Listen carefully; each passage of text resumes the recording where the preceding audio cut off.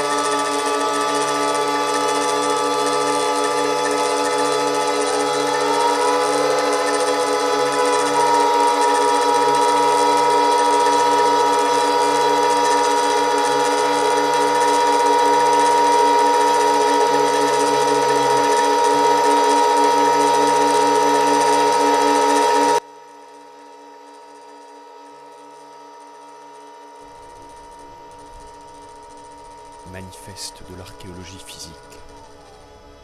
Nous déplaçons des centaines de tonnes de ruines grecques et nous les posons sur la scène d'un théâtre. Retrouver les corps antiques l'espace d'un instant. L'espace d'un instant, rejouer la scène de la première révolte, le combat élémentaire. Nous avons trouvé la solution pour faire voyager les œuvres d'art. Tous les monuments historiques peuvent être rendus à leur pays d'origine. Remplaçons-les par une multitude de danseurs qui deviendront l'histoire vivante de l'art, l'hier balancé dans l'aujourd'hui. L'archéologie physique permet au corps de se souvenir. Dans les théâtres, dans les musées, dans les lieux où on se rassemble pour regarder être, il y aurait des corps se souvenant du passé, des corps d'ailleurs, l'ailleurs étant revenu ici. Les corps deviennent des passages, et les danseurs des passagers. L'archéologie physique peut faire voyager les ruines et faire surgir simultanément des œuvres d'art dans n'importe quel musée, théâtre ou place publique. L'archéologie physique est œuvre de transfiguration, en tant qu'elle transperce la figure par la transe. L'archéologie physique réinvente le corps du visiteur ou du spectateur, qui peut devenir l'œuvre s'il décide de s'incarner. L'œuvre d'art prend corps et le corps devient œuvre d'art. À la fin, les musées et les collections des musées pourront être remplacés par les spectateurs incarnant les collections. Toutes les œuvres d'art feront enfin partie du corps collectif de l'humanité.